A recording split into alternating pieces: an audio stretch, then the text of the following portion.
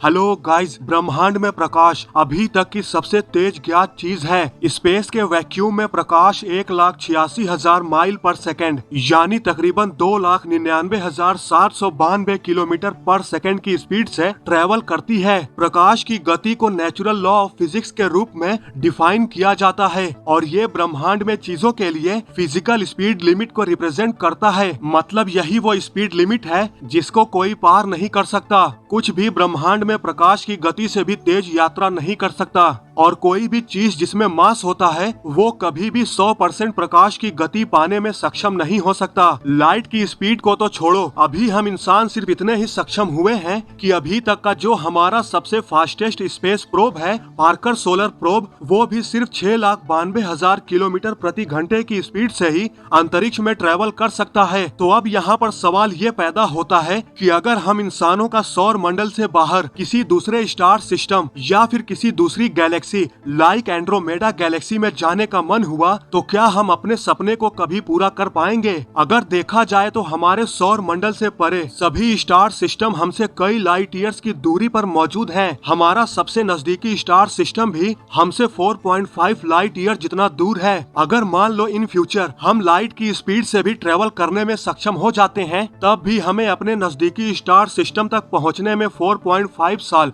और Andromeda Galaxy तक पहुंचने में 2 मिलियन साल लग जाएंगे। यानी लाइट की स्पीड से भी हम अपने सपने को साकार नहीं कर सकते। तो क्या कोई ऐसा तरीका नहीं है जिससे हम लाइट की स्पीड से भी तेज ट्रेवल कर सकें? दोस्तों, जैसा कि हमें ये पता चला है कि ऐसे सैद्धांतिक तरीके हैं जिनसे हम प्रकाश की तुलना में तेजी से यात्रा कर सकते हैं। दोस्तों, आज की इस वीडियो में हम इसी टॉपिक पे डिस्कस करने वाले हैं। तो चलिए शुरू करते हैं। तो गाइज, अब चूंकि प्रकाश की गति स्थिर है और फिजिकली कोई ऐसा रास्ता नहीं है जो इससे भी तेज ट्रेवल कर सके, इसलिए ये असंभव प्रतीत होता है कि हम कभी भी इन फ्यूचर प्रकाश की गति से भी तेज स्पेस में ट्रेवल कर पाएंगे। हालांकि इसके अलावा भी संभावित रूप से रास्ते हैं जिससे प्रकाश से तेज चलने के बजाय हम शॉर्टकट ले सकते हैं। दोस्तों, एक पल के लिए इमेजिन करो कि आपको कहीं जाना है, लेकिन उस डेस्टिनेशन तक पहुंचने के लिए आपको एक पर्वत श्रृंखला को पार करना होगा। अब यहाँ पर आपके पास दो रास्ते होंगे। एक तो आप पर्वत श्रृंखला के चारों तरफ ड्राइव करके अपने डेस्टिनेशन तक पहुँच सकते हैं, जिसमें काफी ज्यादा समय लग सकता है, या फिर आप कोई ऐसा शॉर्टकट ढूंढ लेते हैं जिससे आप जल्दी पहुँच जाएं। यानी आप उन पहाड़ों के बीच से एक सुरंग का निर्माण कर लेते हैं, तो आप उसी स्पीड से, जिस स्पीड से पहाड़ों के चारों तरफ ड्राइव करके अपनी डेस्टिनेशन तक पहुंचने में कामयाब हुए थे, ठीक उसी स्पीड से आप सुरंग के जरिए अपनी डेस्टिनेशन तक काफी जल्दी पहुंच सकते हैं। ठीक इसी तरह क्या कोई ऐसा तरीका है जिससे आप स्पेस में इतनी लंबी दूरी ना तय करके बल्कि अंतरिक्ष में दो बिंदुओं को जोड़ने वाली एक तरह की कॉस्मिक टनल को बना सकते हैं? दोस्तों, सैद्धांतिक रूप से ऐसी चीजें हैं like worm hole. Worm hole सैद्धांतिक रूप से वो सुरंग है जो ब्रह्मांड में दो बिंदुओं को जोड़ती है जिनके बीच की दूरी कई लाइट ईयर तक की हो सकती है। जैसा कि हमने फिल्मों में देखा है कि अंतरिक्ष में एक तरह का पोर्टल खुल जाता है जिससे चीजें पल भर में एक जगह से दूसरी जगह किसी दूसरी गैलेक्सी में पहुंच जाती हैं। असल में वो वर्म होल ही होता है जो अंतरिक्ष के मीडियम में एक शॉर्टकट बना देता है। ठीक इसी तरह रियलिटी में आप तकनीकी रूप से प्रकाश की गति से तेज यात्रा नहीं कर रहे होंगे, बल्कि आप अंतरिक्ष के मीडियम में एक शॉर्टकट ले रहे होंगे।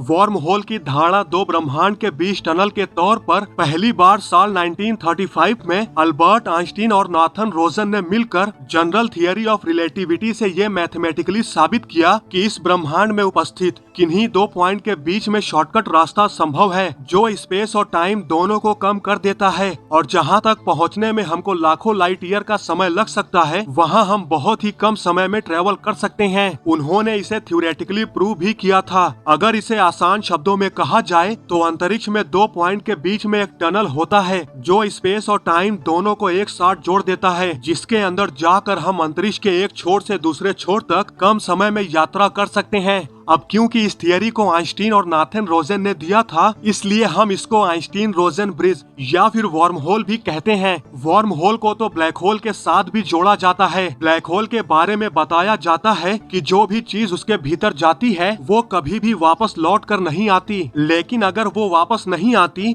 तो फिर वो जाती कहाँ है? इसी बेसिस पर वैज्ञानिकों ने बताया कि ब्लैक होल के दूसरे साइड जरूर व्हाइट होल हो सकता है, जो ब्लैक होल के द्वारा निकली चीजों को व्हाइट होल होल के जरिए बाहर की तरफ निकाल देता है, किसी दूसरे यूनिवर्स में या फिर किसी दूसरे डायमेंशन में। इस तरह व्हाइट होल और ब्लैक होल आपस में जुड़े हुए होते हैं और इनके बीच का जो रास्ता होता है जो एक सुरंग की तरह काम करता है उसे वर्म होल कहा जाता है। लेकिन परेशानी की बात तो ये है कि आज तक वर्म होल के होने के सबूत नहीं मिले हैं। हालांकि दोस्तों, जैसे कभी ब्लैक होल को एक हाइपोथेटिकल ऑब्जेक्ट माना जाता था, लेकिन आज के समय में उसके प्रूफ के साथ साथ उसकी तस्वीर भी हमें मिल गई है। तो ऐसा बिल्कुल संभव हो सकता है कि आने वाले भविष्य में वर्म होल को भी डिस्कवर कर लिया जाए, तब जाकर शायद यह मुमकिन हो सकता है कि हम किसी दूसरी गैलेक्सी में या फिर ब्रह्मांड में कहीं पर भी आसानी से जा सकते हैं। हालांकि दोस्तों, वर्म होल के अलावा भी हम अभी भी लाइट की स्पीड से भी तेज ट्रेवल कर सकते हैं अगर हम हाइपर ड्राइव बनाने में कामयाब हो जाते हैं तो। दोस्तों, साइंस फिक्शन फिल्में जैसे स्टार वॉर्स और स्टार ट्रेक जैसी फिल्मों में हाइपर ड्राइव के उपयोग से प्रकाश की गति से भी तेज यात्रा संभव हो जाती है। हालांकि रियलिटी में ये टेक्नोलॉजी थियोरेटिकल ही है, लेकिन अगर सैद्धांतिक तरीके से देखें तो ये एक ऐसी काल्पनिक अवधारणा है जो कि अंतरिक्ष में किसी भी यान को आइंस्टीन के थियरी ऑफ रिलेटिविटी के आधार पर प्रकाश से भी तेज यात्रा करने में सक्षम बना देती है।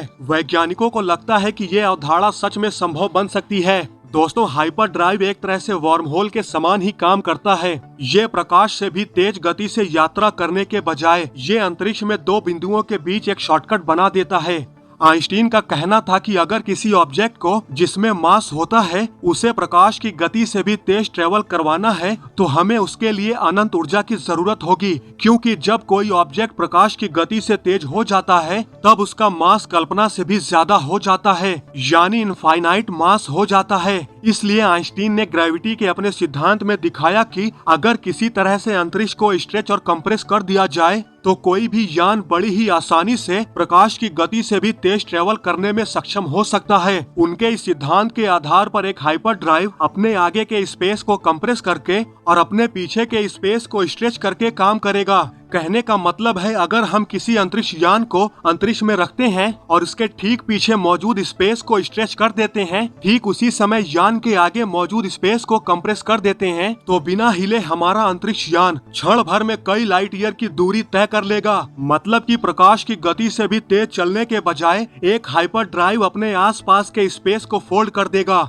वर्म होल की तरह आपका वास्तविक वेग प्रकाश की गति से ज्यादा नहीं होगा, इसलिए हाइपर ड्राइव के जरिए आप बस स्पेस के मीडियम में एक शॉर्टकट बना लेते हैं। हालांकि ये सुनने में जितना आसान लगता है ये है उतना ही कठिन, क्योंकि ऐसा माना जाता है अगर इंसान अंतरिक्ष में किसी छोटी जगह को भी कंप्रेस करता है तो उसे जुपिटर जितना भारी पिंड या मैटर की आवश्यकता पड़ेगी, जो कि अभी तो इंसानों के लिए नामुमकिन सा ही है। एक बात और, हमें अपने यान के आगे के स्पेस को कंप्रेस और पीछे के स्पेस को स्ट्रेच करने के लिए हमें पॉजिटिव और नेगेटिव दोनों मास की आवश्यकता होगी, क्योंकि ये दोनों पॉजिटिव और नेगेटिव एक दूसरे से दूर भागते हैं। लेकिन यहाँ पर मुसीबत ये है कि ब्रह्मांड में हम जितने भी ऑब्जेक्ट को जानते हैं या फिर देख सकते हैं वे सभी पॉजिटिव मास से बने हुए हैं। हालांकि वैज्ञानिक क्वांटम के स्तर पर कुछ हद तक नेगेटिव मास खोजने में सक्षम हुए हैं, लेकिन ये इतने ज्यादा नहीं है कि ये किसी यान के पीछे के स्पेस को स्ट्रेच कर सकें। अभी इनको इतने बड़े स्तर पर आने में सदियों लग जाएंगे।